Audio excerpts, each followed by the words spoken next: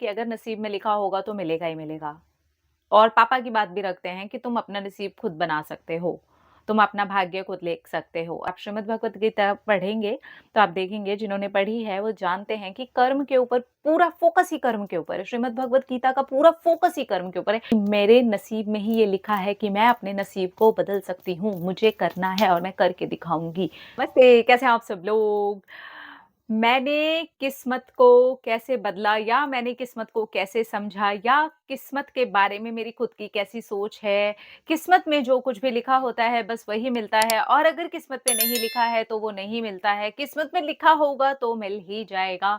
ये सारी बातें ना मैंने भी सुनी हुई हैं और बचपन से ही सुनी हुई हैं। लेकिन उसके साथ ही मैंने बचपन से एक बात और सुनी, मेरे पापा ने मुझसे ये वाली बात कही थी कि तुम अपना भाग्य खुद बना सकते हो, तुम अपना नसीब खुद बदल सकते हो, तुम बस कर्म करो और फल की चिंता मत करो। श्रीमद् भगवत गीता वाली जितनी भी बातें हैं मैंने अपने फादर से बचपन में सुनी थी।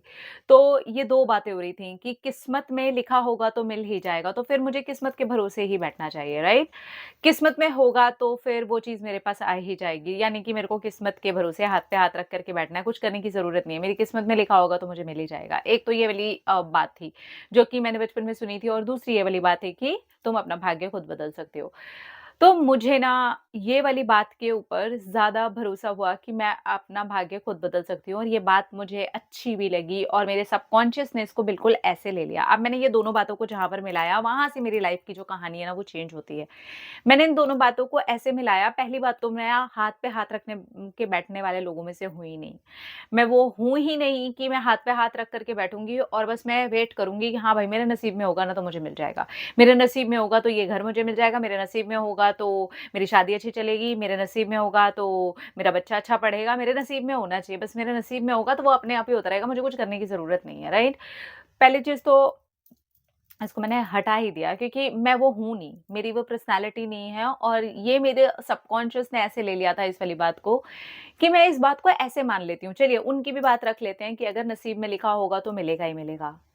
और पापा की बात भी रखते हैं कि तुम अपना नसीब खुद बना सकते हो, तुम अपना भाग्य खुद लिख सकते हो, और ये मेरे पापा की बात तो है ही है, क्योंकि उन्होंने मुझे बचपन में सिखाई थी। पहली बार मैंने उन्हीं से सीखी थी। लेकिन ये श्रीमद् भगवत गीता के अंदर है, तो यानी कि मेरे फादर ने मुझे वो बात वहीं से बताई, राइट? अब इसके बाद होता क्या है, मैंने इन दोनों बातों को ऐसे मिक्स किया कि एक काम करते हैं, ये मान लेते हैं कि मेरे नसीब में ही ये लिखा है कि मैं अपना बेस्ट दूँगी, मैं अपना बेस्ट करूँगी और मुझे मिलेगा। मेरे नसीब में ही लिखा है कि मैं करूँगी तो मुझे मिलेगा। मैं डेफ़िनेटली करूँगी, मुझे मिलेगा। मैं अच्छा परफ़ॉर्म करूँगी, मुझे मिलेगा।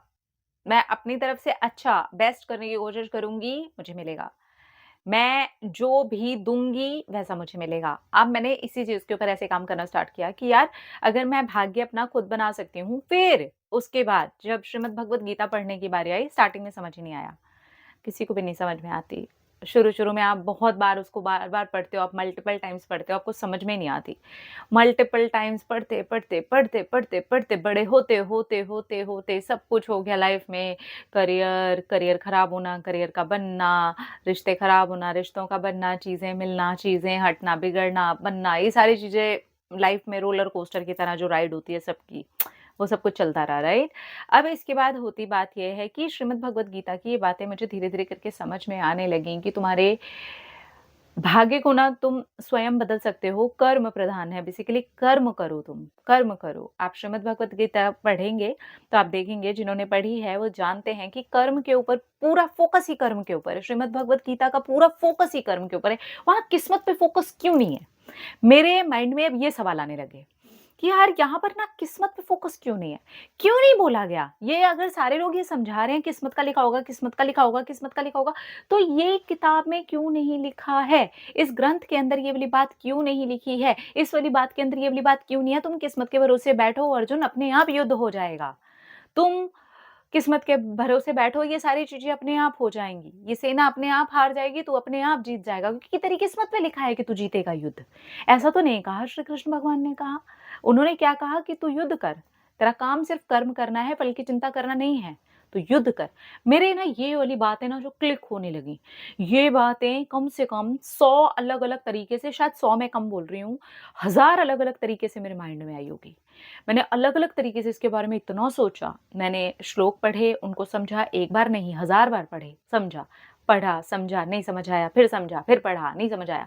मैंने वहाँ से ये वाली बात समझी, श्री कृष्ण भगवान अर्जुन को एक बार भी नहीं बोलते कि तू हाथ पे हाथ रख करके बैठ बेटा, तेरा ये युद्ध जो है ये ऑलरेडी जीता जा चुका है, तो चिंता मत कर। देखिए वहां पर ये दोनों बातों को मिलाया गया कि सब मेरे द्वारा पहले ही मारे जा चुके हैं। तो अगर ये सिर्फ सिर्फ किस्मत के भरोसे बैठाना होता, तो श्री कृष्ण भगवान ये बोल सकते थे ना, उन्होंने ये वाली बात बोली है। अगर आपने भगवत गीता पढ़ी है, तो आपको पता होगा ये वाली बात बोली गई है कि ये सब के सब मेरे द्वारा मारे जा चुके हैं, तो चिंता मत कर। ये बोली गई है ना? बोली गई है ना?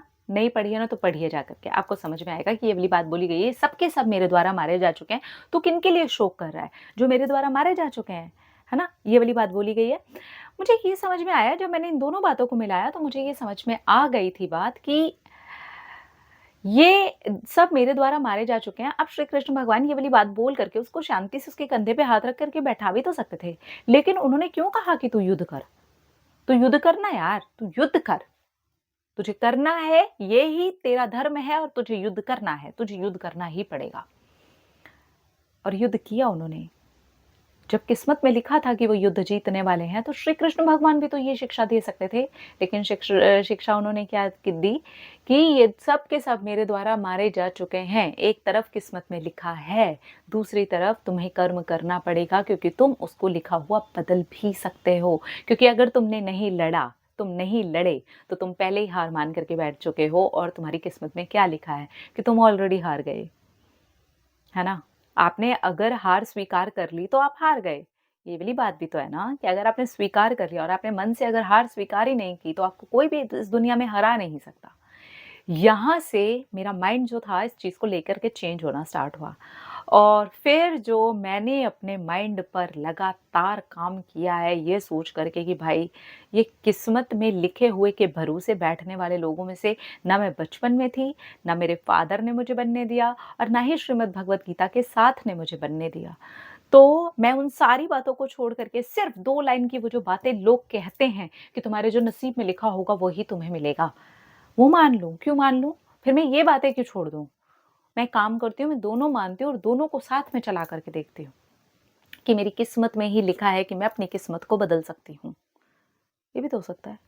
मैंने यही माना था। और यहाँ से मैंने पता नहीं कितनी प्रेडिक्शंस, मैंने पता नहीं कितनी नेगेटिव चीज़ें, मैंने पता नहीं कितनी नेगेटिव प्रोग्रामिंग, मैंने पता नहीं अपनी लाइफ के कितने ऐसे खराब समय को निकलते हुए अपनी लाइफ में से जाते हुए देखा है, और लाइफ को खुले तौर पर के किस्मत के भरोसे नहीं पर स्वीकार किया है, खुले हाथों से स्वीकार किया है, और मैंने अपने नसीब को बदला है, क्योंकि मैंने अपने सबकॉन्शियस को ही ये मैसेज दे दिया था कि मेरे नसीब में ही ये लिखा है कि मैं अपने नसीब को बदल सकती हूँ, मुझे करना है और मैं करके दिखाऊंगी। बस तो हो गया। तो अगर आप में से भी बहुत सारे लोग इसी बात को सत्य मान करके बैठ गए ना, वर्क ऑन योरसेल्फ, इस बात को थोड़ा गहराई में समझिए, आपको जीवन की एक बहुत बड़ी वाली जो गहराई है ना, वो समझ में आ जाएगी। जिसे मुझे समझने में इतने साल लग गए, हो सकता है आपको भी समझने में अपना एक तरीका, अपना थोड़ा टाइम, अपनी थोड़ी चीज़ें करने में समय लग जाए, लेकिन जब समझ में आ जाएगा तो बहुत सारी धुंध जो है ना वो आँखों के सामने से ख़त्म हो जाएगी। मैं ये नहीं कहूँगी कि मुझे एकदम क्लियर सब कुछ समझ में आ गया, अरे मेरे को तो एकदम क्रिस्टल क्लियर दिखता है, ऐसा कुछ नहीं है यार। मैं एक नॉर्मल इंसान हूँ, मैं बिल्कुल उसी तरीके से सीखने की, समझने की कोशिश करती हूँ जैसे मेरी किस्मत में लिखा है। तो मेरी किस्मत में लिखा है कि मुझे ये सीखना है, मुझे समझना है, मुझे पढ़ना है, मुझे आगे बढ़ना है, मुझे अपनी लाइफ में ये करना है। तो मैंने अपने सबकॉन्शियस को ही ये मैसेज दे दिया है कि मेरी किस्मत में लिखा है कि मैं अपनी किस्मत को बदल सकती हूँ, और मैं ये कर सकती हूँ, और ये मैं करके दिखाऊंगी। तो ये मैंने ऐसे करा है, और आप भी ऐसे कर सकते हैं। किस्मत के भरोसे हाथ पे हाथ रख करके मत बैठिए। आपकी किस्मत में लिखा है कि आप अपने नसीब को स्वयं बदल सकते हैं। श्रीमद् भगवत गीता पढ़िए। अगर आप इस धर्म से भी नहीं है ना, हमारे हिंदू धर्म से भी नहीं है ना, तब भी उसको एक नॉर्मल किताब की तरह ही पढ़ करके देखिए, आपको समझ में आ जाएगा कि उसमें कितनी गहरी बात लिखी हुई है। उसमें कहीं नहीं लिखा है कि बैठ जाओ, हाथ पे हाथ रख के बैठो, सब हो जाएगा, क्योंकि ये किस्मत में लिखा है। क्यों? क्यों बैठना है? हम बने हैं यार कर्म के लिए, हमें कर्म करना चाहिए, बस फल की चिंता नहीं करनी चाहिए, क्योंकि फल मिलेगा। अगर हम कर्म कर रहे हैं तो फल मिलेगा, ठीक है? तो किस्मत में ये लिखा है कि आप अपनी किस्मत स्वयं बदल सकते हैं। अपना रखिए ख्याल, अपने आप से कीजिए ढेर सारा प्यार, ताकि वो अट्रैक्ट करे ढेर सारा प्यार। Love you all. टाटा।